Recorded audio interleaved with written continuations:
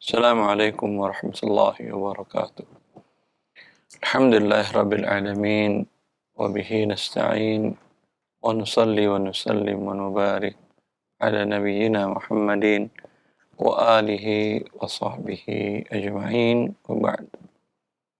Ikhwani wa akhwati fillah, para pemirsa Roja TV dan para pendengar Radio Roja yang dimuliakan oleh Allah Azza wa Jalla.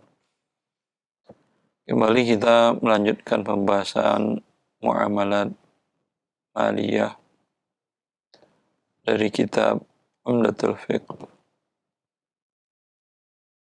beserta syarahnya yang ditulis oleh syarihnya Profesor Dr. Abdullah bin Abdul Aziz bin Jibrin.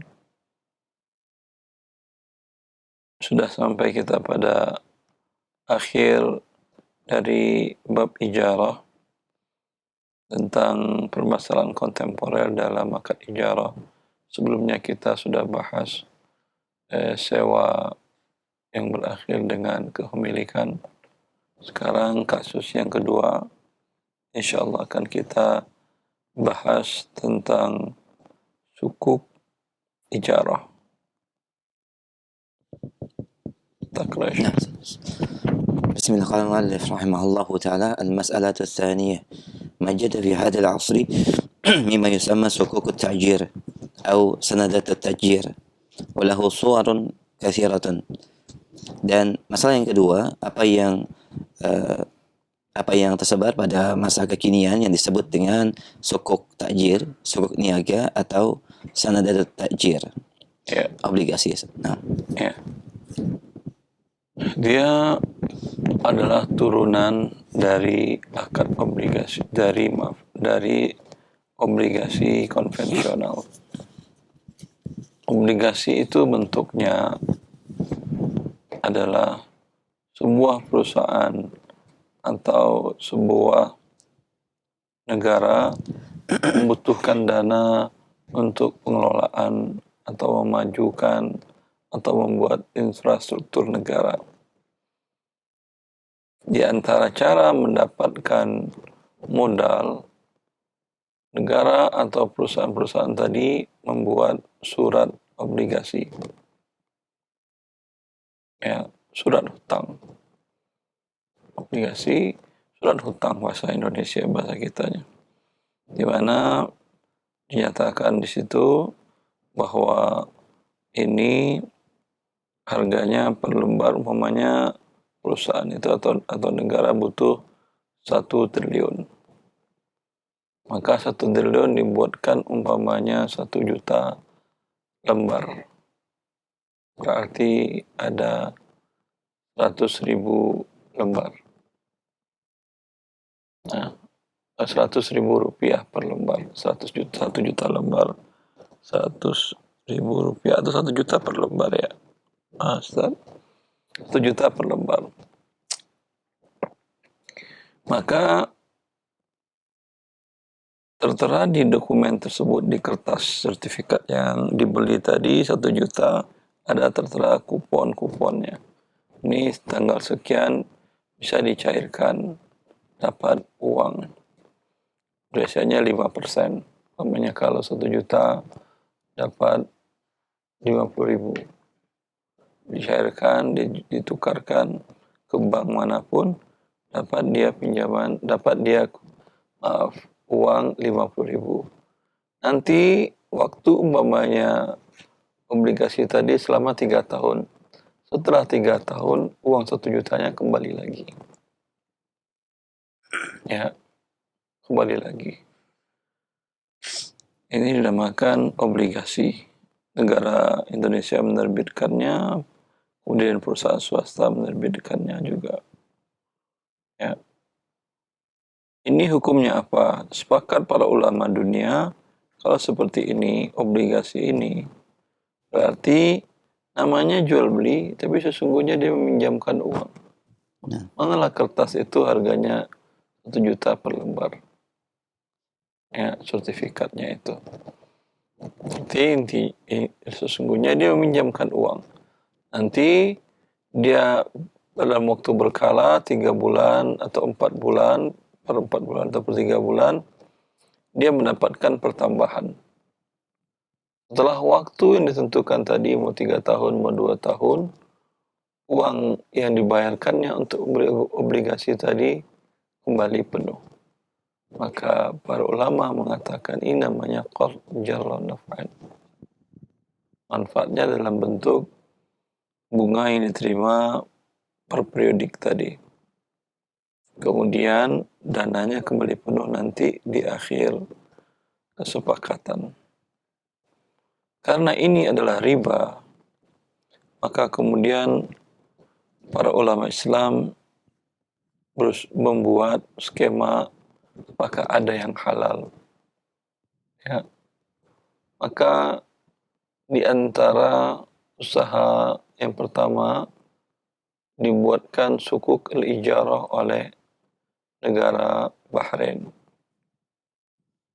Negara Bahrain di timur Semenanjung Arabia. Semenanjung Arabia di timur Saudi Arabia. Ya. Mereka mengeluarkan namanya sukuk al-ijarah. Untuk skemanya, negara andai umpamanya membutuhkan 1 triliun tadi, 1 triliun dolar umpamanya, untuk bangun infrastruktur atau APBN dan lain-lainnya. Lalu mereka mengatakan ini 1 triliun dolar ini bukan hutang. Kalian beli bagian tidak tertentu dari salah satu aset negara. Di waktu itu negara Bahrain menjual bandaranya, bandar udara internasional negara tersebut dengan nilai 1 triliun dolar. Dibagi umpamanya menjadi 1 juta lembar. Ya, berarti per lembarnya harga 1 juta umpamanya. 1 juta dolar. Atau kalau ingin rendah lagi, dibagi 100 juta dolar. Dibagi 100 juta lembar. Berarti per dolarnya 100 ribu atau 10 ribu dolar. Ya. Kemudian per 5 bulan atau per 6 bulan atau per 3 bulan, ya berarti sekarang negara mereka tidak punya lagi bandar udara internasional. Ya tidak mungkinlah bandar udara internasional dikuasai pihak swasta. Ya. Apalagi ini dikuasai pihak pemegang sukuk tadi banyak, bisa dijualkan juga dari negara-negara luar negeri. Maka pemerintahan Bahrain menyewa kembali kepada para pemegang sukuk tadi yang diwakili oleh wali amanah namanya. Disewa bandara tadi. Berapa sewanya? Ya ditambahkan 5%. Ya. Senilai pertambahan di obligasi tadi. 5% di sini 5%. Kapan diberikan? Sama tadi per 3 bulan. Ya. Bagi 4-5%-nya bagian sekian per lembarannya. Nanti setelah 5 tahun atau 3 tahun atau 4 tahun sesuai kesepakatan, negara membeli kembali objek tadi, bandar internasional tadi. Kalau setelah dibeli tentu nggak ada sewa menyewa lagi. Ini skemanya. Tapi skema yang ini diharamkan oleh para ulama dunia. Ya. Karena ini main-main namanya. Ya, kalau sewa menyewa, jual aset vital negara dijual, itu tidak mungkin. Ya. Tetapi tetap, apalagi kalau seperti di Indonesia ada undang-undang aset vital negara itu tidak bisa diperjualbelikan. Barang tidak bisa diperjualbelikan, kemudian diperjualbelikan, berarti namanya jual beli beosuri, jual beli semu. Tujuannya agar dia dapat uang nanti dia bayar kembali dengan ada pertambahan. Ya, karena tidak terjadi jual beli, maka sewa kembali dan pertambahan uang sewa tadi tidak diakui dalam syariat sebagai uang sewa, tapi diakui sebagai bunga pinjaman riba. Lalu para ulama kemudian bersidang membuatkan skema yang memungkinkan untuk dibuatkan obligasi dalam terminologi syariah yang sesuai dengan konsep syariah. Agar namanya berbeda, dinamakanlah sukuk. Ya. Kalau yang obligasi namanya sanadat, ini namanya sukuk. Sukuk dalam bahasa Arab berarti kertas lembaran. Ya, tertulis di sana hak kepemilikan, ya, itu dinamakan dengan sukuk. Sampai sekarang di Arab Saudi, sok pun syar'i itu untuk sertifikat hak milik tanah, itu namanya sok, jamaknya sukuk. Ya, maka dibuatkan skema yang halal, seperti apa yang terpenuhi rukun dan syarat transaksi ijarah di dalamnya. Taqra ya Syekh. وله صور كثيرة منها أن يكون مالك عين مؤجرة أو مستأجرها بكتابة مستأجرها نعم أو مستأجرة ممكن كيف مؤجرة أو مستأجرها صحيح أي صح مستأجرها صحيح مالك عين نعم. أو مستأجرها نعم صحيح أو مستأجرها بكتابة سند يمثل منفعة هذه العين مدة هذه الإجارة يسمى سقا ويبين في هذا dan ini memiliki bentuk yang beragam. Di antaranya adalah di mana pemilik suatu ain aset yang itu penyewa yang disewakan atau yang menyewakan menyewa dengan menulis atau membuat perjanjian dokumen obligasi yang memberikan penggambaran kemanfaatan dari aset tersebut sesuai dengan mudah atau waktu sewa. Ini yang disebut dengan sukuk. Sok jamaknya sukuk plural. Wa yubayinu fi hadha sanad ahkam tamliku hadhihi al-manfa'ah kamuddati al-intifa'i wa tariqatihi wa qimatihi wa ghairiha min asy-syuruti wal ahkami thumma yabi'u hadha sanad ay yakuma bi taqsimi hadhihi al-manfa'ati ila aqsam wa yaj'alu li kulli qismin sanadan thumma yabi'u hadhihi sanadat aw yatrahuha lil iktitab. Dan ini disebut dengan sukuk dan wa yubayyinu fi hadis sanad, di mana di dalam perjanjian obligasi tersebut disebutkan atau surat utang tersebut disebutkan beberapa ketentuan kepemilikan dari kemanfaatan aset itu, seperti ketentuan waktu kemanfaatan, demikian juga skemanya dan nilainya, dan hal-hal yang lain yang berkaitan dengan syarat-syarat dan ketentuan-ketentuan. Lalu kemudian dijual hadha sanad, yaitu surat utang ini atau sukuk ini. Au yakumu bi taqsimi hadhil manfaat ila aqsam, atau dengan membagi kemanfaatan ini menjadi beberapa macam, dan masing-masing kemanfaatan dibuat surat utang atau obligasi, lalu kemudian dia menjualnya hadhihi sanad au yatrahu lil iktitab, atau ditawarkan lil iktitab. IPO sana? IPO. Nah, IPO. Okay. Wa minha, dan diantaranya antakum majihat bitarhi sukuk tumathilu mulqiyatil intifa' bi a'yanin mawsufah fi dhimmah ka imarat aw sabakat kahruba aw ta'iratun aw qitar aw bi ukhratin aw bakhiratin aw ghairiha.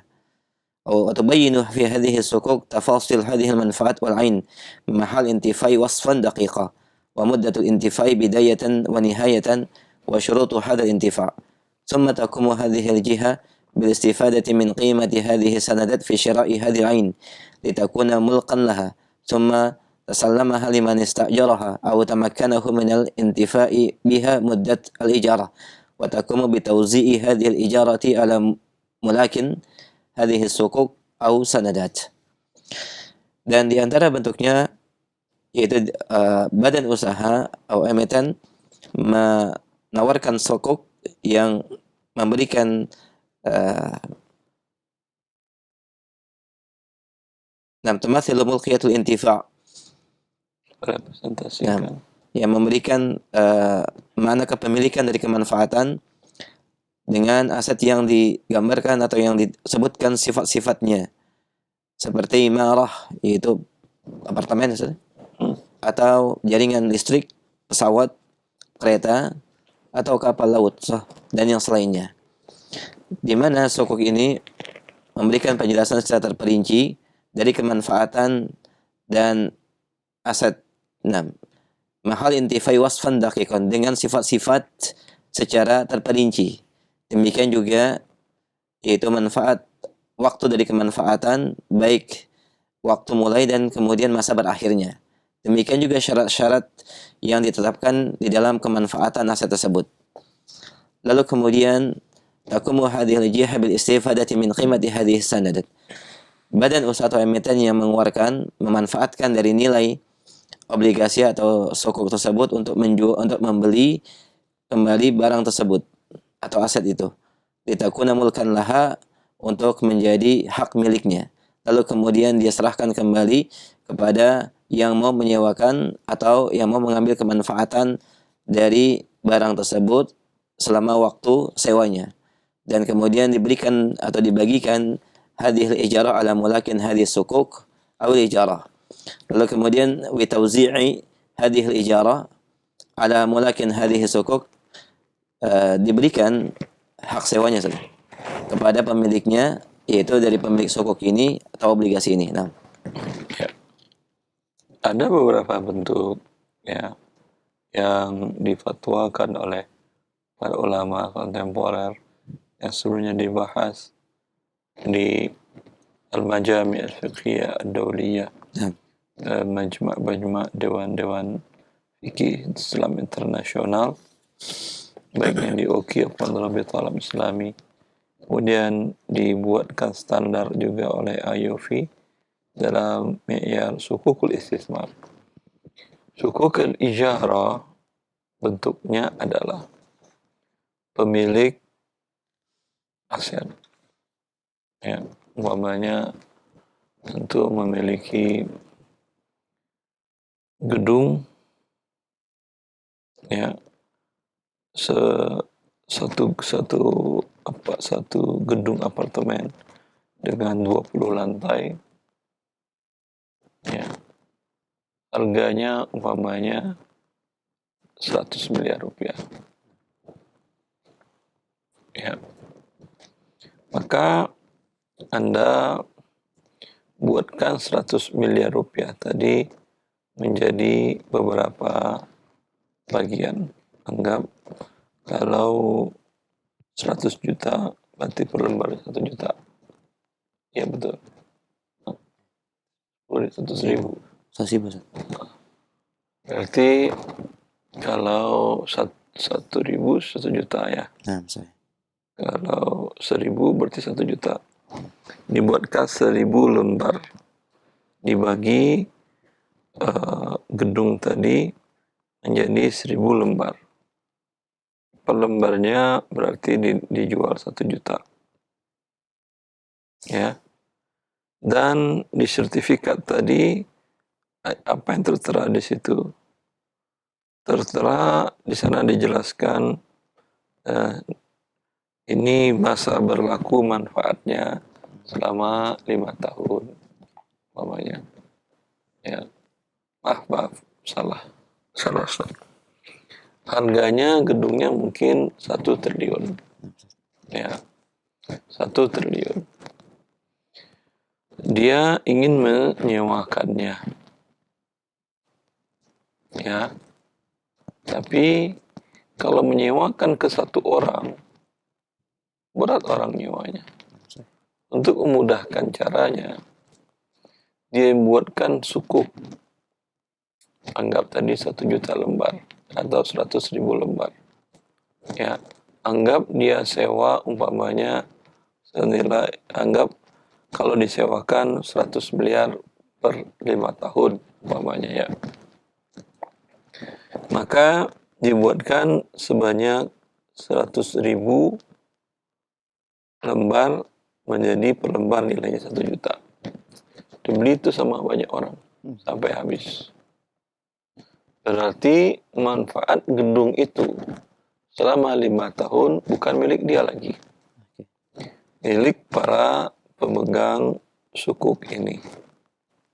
Ya, tertera di lembaran sukuk itu, umpamanya ini pemegang sukuk ini memiliki manfaat dari gedung A dengan spesifikasi yang jelas. Waktunya selama 5 tahun terhitung dari tanggal 11 tahun 2025. Kemudian nilai per lembar suku itu tertulis di atas sertifikat itu dengan nilai 1 juta rupiah per lembar. Ya. Kemudian ini di IPO-kan ya sukuk tadi. Dibelilah oleh si Fulan 10, si Aldan beli 30, ada yang beli umpamanya 50 lembar, dan seterusnya. Ya, apa untungnya mereka membeli itu? Ya, mereka menjadi pemilik manfaat dari gedung itu. Namanya pemilik, kalau ada orang menyewa, disewakan. Ya, atau gedung itu sudah tersewa. Sudah tersewa, tapi si pemilik gedung tadi ingin dapat uang cepat umpamanya.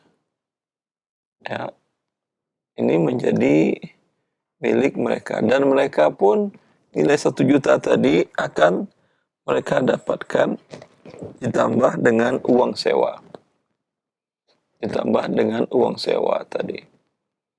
Nanti di akhir itu mereka jual. Bahkan sebelum akhir pun mereka bisa jual itu dengan harga di bawah itu tadi. Karena mereka kan dapat atau di bawah 1 juta juga sama. Tapi kan mereka dapat manfaat tadi. Ya. Maka mereka bisa dapat untung lebih dari 1 juta per lembar. Anggap tambah 5%, berarti ada tambahan 50.000 per tahun. Dia 5 tahun, berarti dapat pertambahan 250.000 selama 5 tahun tadi. Setelah 1 tahun dia dapat menerima uang sewa, tahun selanjutnya dia mau jual. Ya, pembeli mau karena masih ada uang sewa manfaat selama 4 tahun sisa. Ya, seperti itu. Ini dinamakan dengan sukuk ijarah. Ada bentuk yang lain dari sukuk ijarah. Ini mausufah fi dhimmah.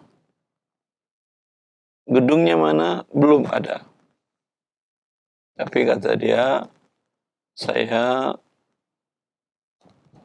akan menyewa. Ada permintaan kepada perusahaan X untuk menyediakan kapal tanker dengan spesifikasi daya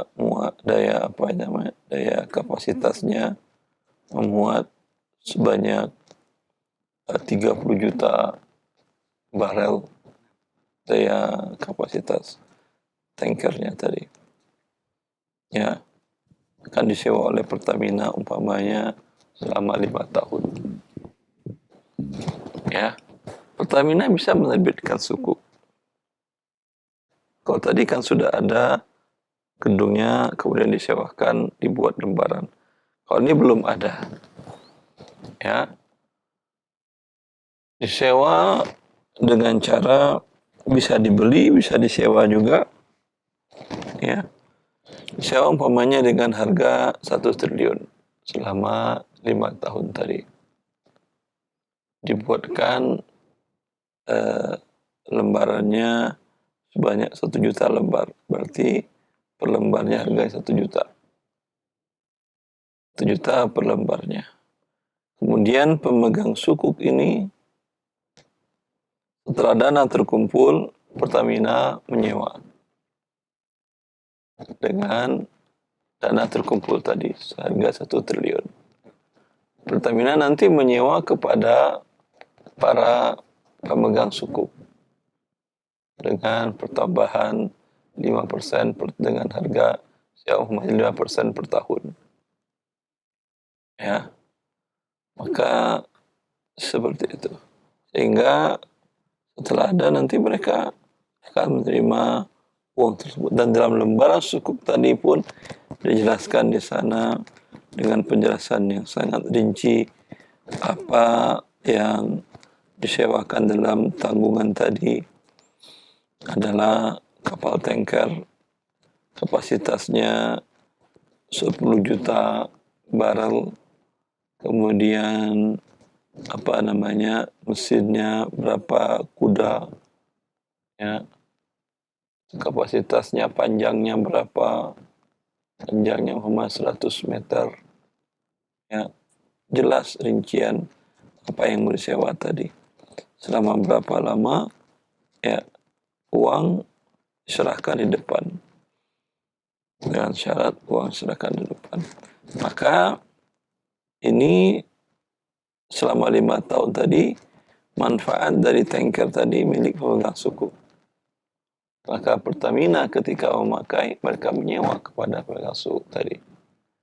Uang sewaan tadilah menjadi pertambahan bagi para pemegang sukuk tersebut.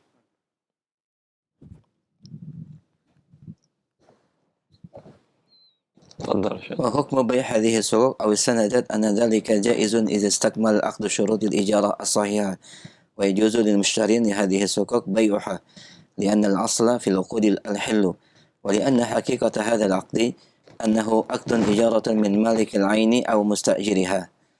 Dan hukum jual beli dari sukuk ini atau obligasi ini adalah diperbolehkan apabila telah terpenuhi akad-akad dan persyaratan sewa menyewa yang benar, dan diperbolehkan bagi pembeli dari lembaran sukuk ini untuk menjualnya, karena hukum secara asal dalam akad ini adalah al-halal atau boleh, dan hakikat daripada akad ini adalah akad ijarah dari pemilik barang atau yang menyewakannya, atau penyewanya. Ya, apa hukum sukuk ini?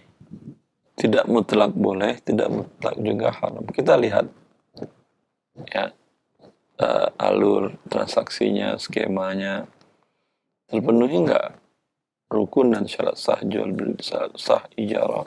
Nah, kalau dikatakan objeknya jelas, bisa jadi mausuf dhimmah atau memang ada, ya, kemudian imbalannya ujrohnya jelas, jadi kita katakan 100 miliar, ya, kemudian manfaatnya jelas, manfaatnya kapal tanker pengangkut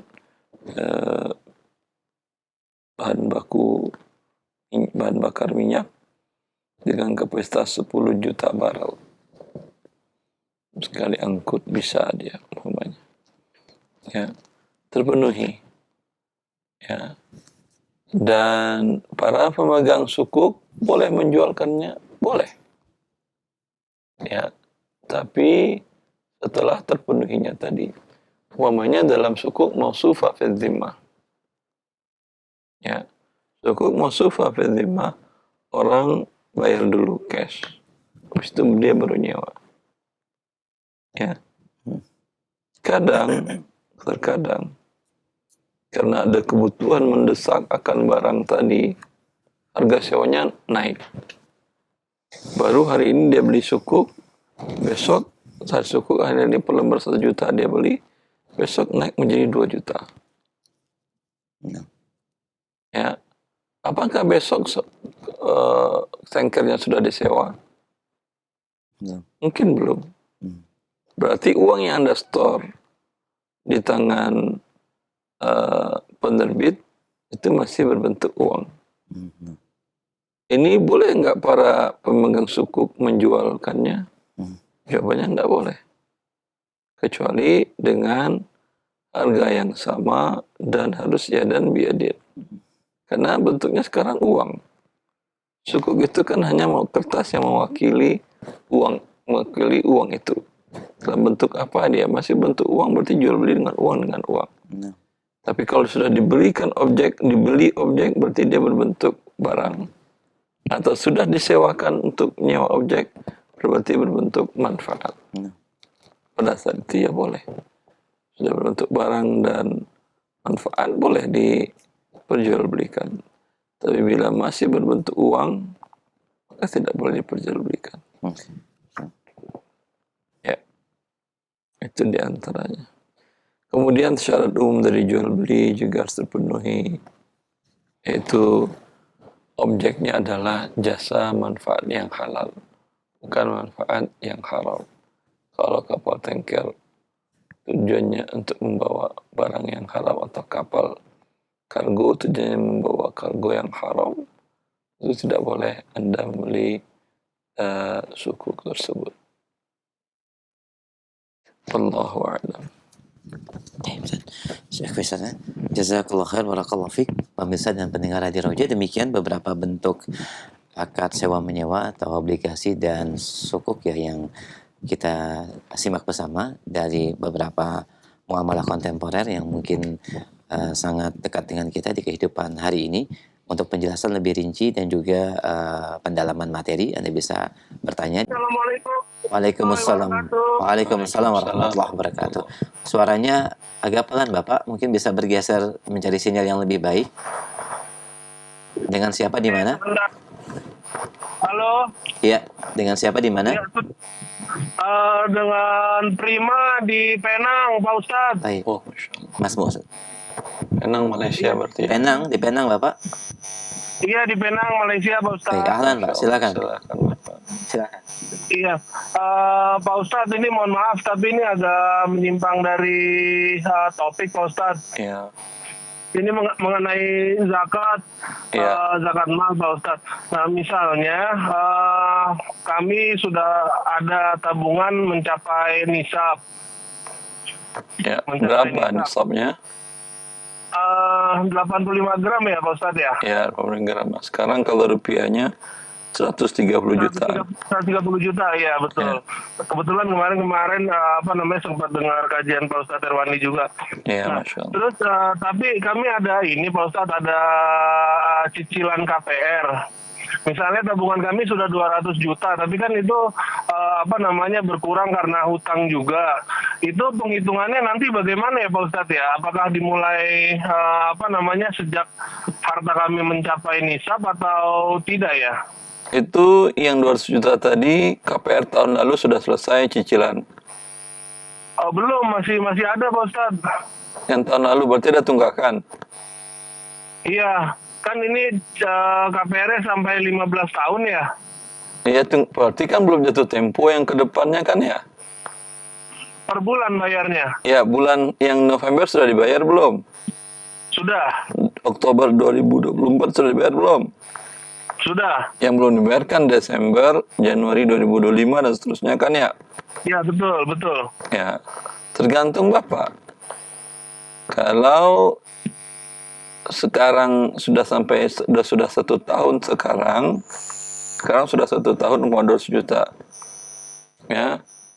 Berarti utang kan sudah dibayar yang jatuh tempo. Yang belum dibayar yang ke depan yang belum jatuh tempo. Ya. Maka yang 200 juta tetap dizakatkan.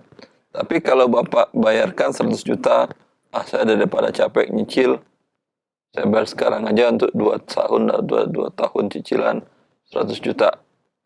Berarti yang uang yang sisa tidak sampai nisab. Jelas, Bapak? Iya. Iya. Nah, berarti kalau misalnya udah cicilan yang per bulannya itu belum dibayarkan juga Pak Ustadz, maksudnya ya nggak apa-apa karena uangnya belum cukup buat bayar sampai 1 tahun ke depan, jadi kami bayarnya per bulan. Nah itu yang dihitung zakatnya zakat setelah mencapai nisab atau sisa hartanya Pak Ustadz? Sisanya Bapak. Sisanya ya, baik. Sisanya, ya. Baik. Baik. Terima kasih banyak Pak Ustadz. Ya Allah barik fiik. Wa jazakallah khair Bapak. Masya Allah, barakallahu fiik. Ya, semoga Allah mudahkan Pak penunaian zakatnya. Baik, alhamdulillah. Kita berikan kesempatan yang berikutnya. Assalamualaikum. Waalaikumsalam warahmatullahi wabarakatuh. Waalaikumsalam. Dengan siapa Umu di mana? Dengan hamba Allah di Tangerang. Silakan. Ini mau bertanya Pak Ustadz. Ini soal masalah ilmu faraid atau ilmu waris. Kan misalnya seorang ikhwan, dia punya istri 2, tapi istri keduanya sudah dicerai. Adanya yang pertama, ya kan? Terus ikhwan ini mempunyai 5 orang anak, 3 dari istri pertama dan 2 dari istri kedua. Nah, si ikhwan ini karena biar nggak berantem anak-anaknya, dari istri kedua sudah diberi anaknya 1 rumah. Dari istri kedua kan anaknya perempuan semua, sudah diberi dari istri kedua anaknya 2 orang, dua orang anak sudah diberiin 1 rumah untuk berdua. Kalau yang dari istri pertama itu ada 2 rumah untuk bertiga dari anak istri pertama, tapi itu juga uangnya nggak 100% uang ikhwan itu beli rumah itu Pak. Jadi ada uang campur-campur, ada uang istri pertama, ada uang saudara-saudara digabung-gabung. Jadi nggak tok uang ikhwan ini. Dan dia udah berniat, udah menghibah, udah bilang ini rumah yang 2 ini nggak boleh diganggu gugat untuk anak istri kedua. Jadi istri kedua juga udah bercerai kan. Jadi anak dari istri kedua cukup rumah yang 1 itu aja untuk berdua. Yang ini yang 2 rumah ini cukup untuk yang istri pertama 3 orang ini, karena istri pertama ada anak laki-laki 1, jadi 1 laki 2 perempuan. Itu sah nggak Pak omongan dari ikhwan tersebut selagi ikhwan ini masih hidup Pak? Nah, Dia cuma omongan doang, ya sah nggak? Tapi ini tidak ada serah terima objek.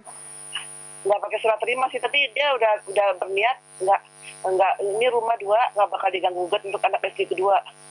Kalau sekarang si ikhwan tadi sudah meninggal. Belum, masih hidup. Kalau masih hidup, ya itu omongan tidak ada konsekuensi. Belum dia nggak berubah sampai sekarang.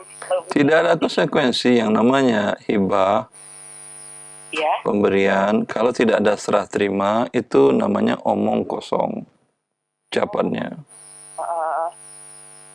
Sama saja ada orang yang bilang, Ustadz saya mau hibahkan ke antum handphone saya.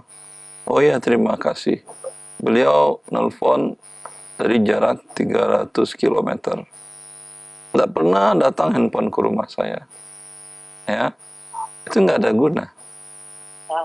Ya, berarti handphone itu belum jadi milik saya. Tapi ini misalnya Pak Ustadz, misalnya kadarullah si ikhwan ini meninggal. Tapi kan di istri pertama punya anak laki-laki, tapi bagiannya lebih besar. Kalau misalnya tadi yang Anda bilang istri pertama udah dapat jatah yang 2 rumah ini 2 rumah, bukan tok uang si ikhwan ini ada campur, itu sebenarnya apa nggak Pak Ustadz? Si ikhwan ini kan masih hidup, ngapain dipikirkan warisannya? Nanti kalau dia wafat, tanya ke saya selesaikan pembagian warisnya. Oh gitu. Ditulis itu ya, untuk Terus akad. satu lagi Pak Ustadz, halo. Iya, silakan Ilmu. Iwan ini kan punya motor-motor bekas, punya motor-motor jadul nggak kepake. Si Iwan ini kan sekarang posisi lagi sakit. Nah si Iwan ini kalau motor-motor bekas ini ada di rumah istri pertama, itu kalau nanti Iwan ini meninggal sama beserta misalnya dapat uang sholawatan gitu, uang hasil takjiah, itu motor bekas ini jadi masuk bagian dari harta waris nggak Pak Ustadz kalau nanti Iwan ini meninggal? Itu motor atas nama siapa? Milik siapa? Milik ikhwan itu atau istrinya? Iwan ini Ya, harta dia dibagi waris kalau dia meninggal. dibagi waris kepada dengan anak-anak semuanya, istri. Semua anaknya dan semua istrinya. Nah, yang istri kedua sudah bercerai Pak Ustadz. Bukan istri namanya lagi, Ibu. Oh iya, bukan istri, mantan istri. Namanya anak orang. Cukup jelas Umu? Ya, syukur. Assalamualaikum Pak Ustadz. Assalamualaikum warahmatullahi wabarakatuh. Dan sedikit menambahkan akad hibah ketika tersampaikan secara lisan supaya terjadi dan tertunaikan itu seperti apa dalam ketentuan syariat Ustaz? Karena banyak sekali hanya omongan Ustaz. Ya, ucapan atau tulisan atau bahkan materai nggak ada gunanya. Ya, berdasarkan asal dari Abu Bakar radhiyallahu ta'ala anhu, bahwa beliau mengucapkan, ini ucapan Abu Bakar itu lebih kuat daripada ucapan manusia biasa. Yang mengatakan kepada putrinya Aisyah radhiyallahu ta'ala anha, ya bunayyati kuntu nahiltuki 20 juzada wa saqal illa annaki ma juzistiha. Ya, dia mengatakan, wahai putriku, aku dahulu pernah menghibahkan kepadamu kebun yang hasilnya 20 wasak. Berarti 4 kali zakat itu.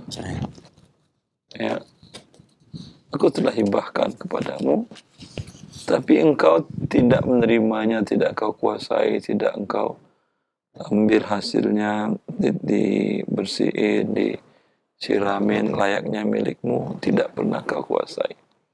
Sekarang ajalku sudah dekat, maka dia menjadi harta yang kau bagi waris kepada saudara-saudarimu. Dari sini para ulama mengatakan, para ahli fikih mengatakan bahwa hibah tidak menjadi milik dari penerima, dari pihak yang dihibahkan bila belum ada serah terima. Kalau rumah gimana, Ustaz? Penyerah terimaannya? Serahkan kuncinya, serahkan surat-suratnya. Atau minimal balik namakan. Baik, Ustaz. Alhamdulillah. Demikian Umu yang bertanya, semoga menjadi tambahan pencerahan ya terkait dengan akad hibah, dan alhamdulillah suaminya masih ada, masih itu mungkin bisa disampaikan kembali bagaimana ketentuan rumah tersebut secara syar'i. Demikian barakallahu fiik wa jazakillahu khairan. Assalamualaikum warahmatullahi wabarakatuh. Pertanyaan dari hamba Allah di Serpong, apakah diperbolehkan membuka rekening di bank konvensional? Dan yang kedua, untuk dana cash sesuai porsi pemegang saham, apakah harus langsung disetorkan secara penuh atau dapat dicicil, Ustaz? Pertama, kalau Anda buka rekening di bank konvensional, tertulis di syarat dan ketentuan bahwa Anda akan diberikan pertambahan uang Anda 2% per tahun kalau tabungan. Kalau deposito sesuai bunga deposito mungkin 7-8% per tahun. Lalu itu Anda setujui, itu adalah riba. Ketika Anda menyetujuinya, Anda menyetujui sesuatu yang diharamkan oleh Allah. Dapat nanti bunga, nggak dapat bunga, Anda sudah berdosa. Jika dapat bunga, dosa Anda bertambah-tambah lagi. Haram membuka rekening di bank konvensional tadi. Kemudian yang kedua apa? Dana cash sesuai porsi pemegang saham, apakah harus langsung disetorkan secara penuh atau dapat dicicil? Kalau Anda belum store, baru store umpamanya 10%, saham Anda baru sebesar itu. Kalau Anda umpamanya 20% itu sama dengan 200 juta umpamanya. Sedangkan Anda baru store 50 juta. Berarti saham Anda bukan 200 juta, bukan 20%. Baru 4%, 25, baru 25% dari 10%. Berarti baru 2,5% saham Anda baru. Ya, karena Anda nggak menanggung kerugian.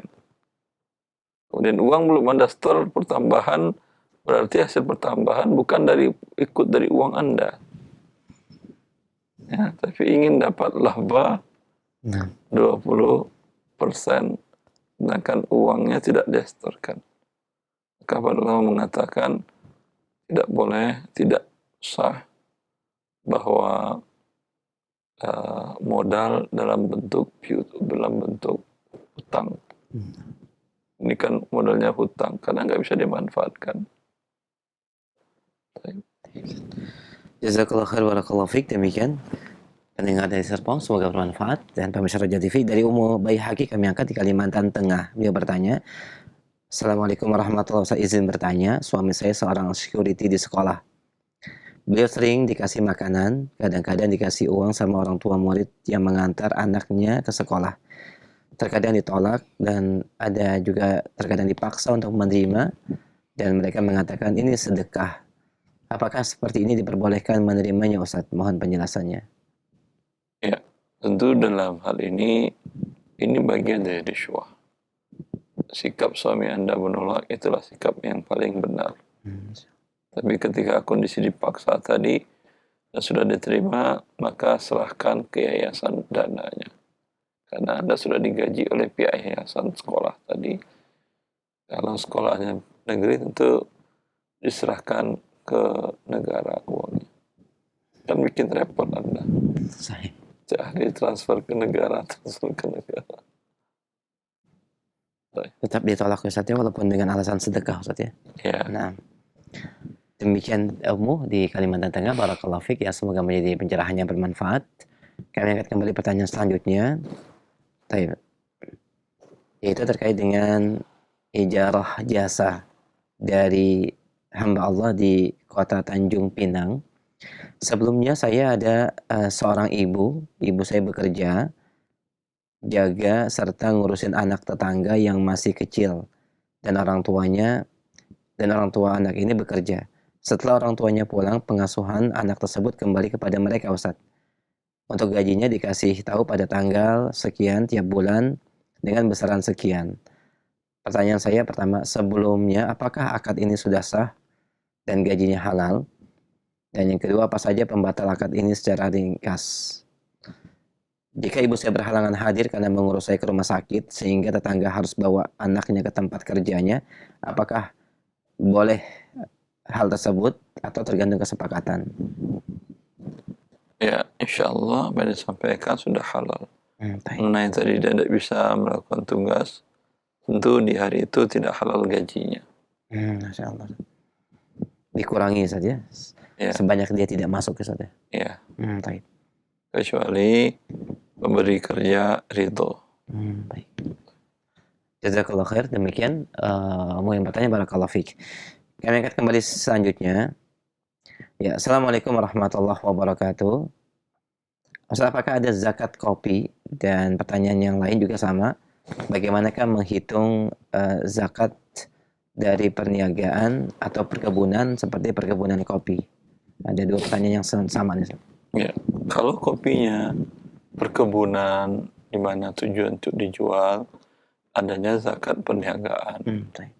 Tapi kalau kopinya untuk konsumsi di rumah, ya dibagi-bagiin ke tetangga-tetangga, ke kerabat, dipakai, tidak ada zakatnya. Menghitungnya tentu bila kopi yang panen sebanyak senilai 130 juta baru ada zakatnya setelah 1 tahun. Terjual 200 juta umpamanya hasil kopinya. Ya, setelah tahun masih tinggal uangnya 150 juta. Ya. Nanti setelah 1 tahun tadi 150 juta itu dikali 2,5% itu yang dizakatkan. Nah, Ustaz, jazakallah khair. Demikian pendengar dan pemirsa Roja TV yang bertanya, barakallahu fiik. Pertanyaan selanjutnya kami angkat dari Abu Ihsan di Bekasi. Kami menemukan suatu dokumen yang ditinggalkan oleh ayah kami yang sudah meninggal. Dalam dokumen tersebut, tanah tersebut atas nama salah satu anaknya, Ustaz. Jadi ada tanah yang kemudian diatasnamakan atau sudah atas nama salah satu anaknya. Apakah ini artinya ayah kami sudah menghibahkan tanah tersebut ke anak yang namanya tertulis di dokumen tanah tersebut, Ustaz? Mohon pencerahannya. Hibah dengan ucapan atau tulisan. Selagi tidak ditemukan tulisan sudah dihibahkan dan tidak juga ada ucapan, mendengar ucapan si ayah, maka statusnya hanya pinjam nama aja. Tetap menjadi milik ayah yang dibagikan waris, Ustaz ya? Betul sekali. Demikian Abu Ihsan, barakallahu fiik. Kami akan kembali pertanyaan selanjutnya. Assalamualaikum warahmatullahi wabarakatuh. Ya, pertanyaan dari pendengar kita atau pemirsa Roja TV, bagaimanakah ketentuan-ketentuan yang harus kita fahami di dalam akad muamalah untuk berbisnis atau membeli saham agar kami tidak terjatuh ke dalam perkara yang melanggar syariat? Jazakallahu khair. Pertama, sahamnya itu emiten yang menerbitkannya tidak ada pinjaman riba di perusahaannya, tidak juga menempatkan dananya di bank riba. Kemudian barangnya adalah atau perdagangannya perdagangan yang halal, tidak ada yang haram.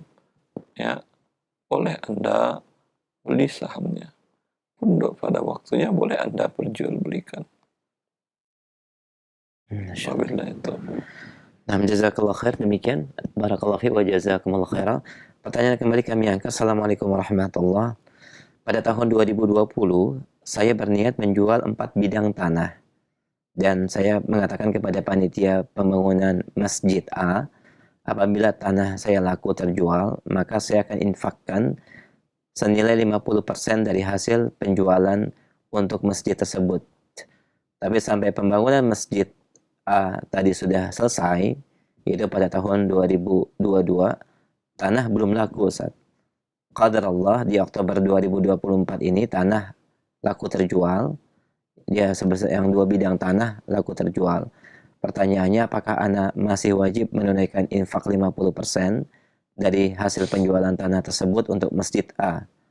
Dan apakah hasil penjualan tersebut ada kewajiban zakatnya? Jazakallah khair. Wajib hasil penjualan tadi kalau sudah 1 tahun ada kewajiban zakatnya. Ada kewajiban. Ya. Bila belum 1 tahun baru terima Oktober, 7 Oktober tidak ada. Sampai Oktober tahun depan kalau masih ada sisanya dan masih di atas nisab. Adapun yang tadi itu namanya janji. Janji itu tidak mengikat. Dalam transaksi jual beli, dalam transaksi seperti ucapan tadi tidak mengikat. Anda bila masih ingin menginfakkan, alhamdulillah. Bila Anda berfikir ingin menginfakkannya untuk hal yang lebih penting, baik untuk kebutuhan diri Anda atau orang yang di sekitar Anda, maka tidak ada masalah. Nah, jazakallah khair, demikian. Barakallahu fiik. Kami angkat kembali pertanyaan selanjutnya. Assalamualaikum warahmatullahi. Apakah saya bisa membeli saham di bursa efek yang menurut laporan keuangannya pinjaman ribanya 0% dan ada pendapatan ribanya sebesar 1-3%. Pendapatan riba 1 sampai dengan 3%. Apakah bisa dikategorikan sebagai saham syariah sesuai lembaga fatwa syariah, Ustaz? Mohon nasihatnya. Kalau lembaga fatwa tentu tanya ke mereka. Kalau menurut saya belum syariah bila masih ada pendapatan dari bunga riba, berarti dia menempatkan dananya di bank riba. Berarti dia salah satu penyokong lembaga ribawi karena menempatkan dananya di situ. Nah, jazakallah khair. Demikian Bapak yang bertanya, barakallahu fiik. Kami angkat kembali pertanyaan selanjutnya. Assalamualaikum warahmatullahi. Izin bertanya, Ustaz. Teman saya suaminya bekerja di lembaga ribawi. Kemudian setelah pensiun mendapat pesangon. Dari uang tersebut digunakan anaknya untuk mencari pekerjaan di luar negeri. Dan setelah 1 tahun bekerja, anaknya mengembalikan dana tersebut kepada orang tuanya. Pertanyaan, Ustaz, bolehkah uang tersebut digunakan untuk umroh? Uang itu uang haram. Ya. Untuk fakir miskin berikan untuk biaya hidupnya, bukan untuk umrah. Billahi taufiq. Dan ini merupakan pertanyaan kami terakhir di kesempatan pagi ini. Sebagai khitam setelah kesimpulan kajian, silakan Ustaz. Ya, ikhwani wa akhwati fillah. Selain menjadi kewajiban kita mempelajari syariat Allah, menjadi kewajiban kita juga untuk mengajarkan syariat Allah pada orang-orang yang dekat dengan kita, pada anak-anak kita, kepada istri kita. Dalam masalah yang banyak dari awal pertanyaan, masalah hibah waris, itu kenapa muncul pertanyaan itu? Karena Anda tidak mengerti cara pembagian waris dalam Al-Quran. Dan Anda tidak mengajarkan kepada anak istri Anda. Ya. Maka pelajarilah, dan tidak sulit. Tidak sulit. Banyak di YouTube kok kajian-kajian tentang cara pembagian waris secara syariat Allah. Ya. Sehingga Anda faham, Anda ajarkan istri Anda ajarkan anak-anak Anda, dan ucapkan bila ayah wafat harta ayah tidak ridho ayah kalian bagi kecuali dengan seperti yang Allah jelaskan dalam kitabnya. Dah aman, wafat-wafatlah Anda, tidak ada masalah. Tidak bawa pusing, nanti mereka kelahi. Allah yang ngatur, ngapain mereka kelahi? Yang mengatur penciptanya. Yang mereka kelahi itu kalau tidak, mereka tidak paham aturan pencipta. Namanya tidak paham aturan pencipta, tentu masing-masing ingin menguasai. Ya. Yang menguasai tentu yang paling kuat. Yang paling kuat terkadang yang paling tua, terkadang yang paling berpangkat, terkadang yang paling kaya, dan seterusnya. Ya. Tapi ketika mereka tahu syariat Allah, aturan Allah, mereka langgar, mereka pun ketakutan. Baik. Semoga bermanfaat. Wallahu a'lam. Wa sallallahu ala nabiyina Muhammad wa alihi wa sahbihi wasallam. Assalamualaikum warahmatullahi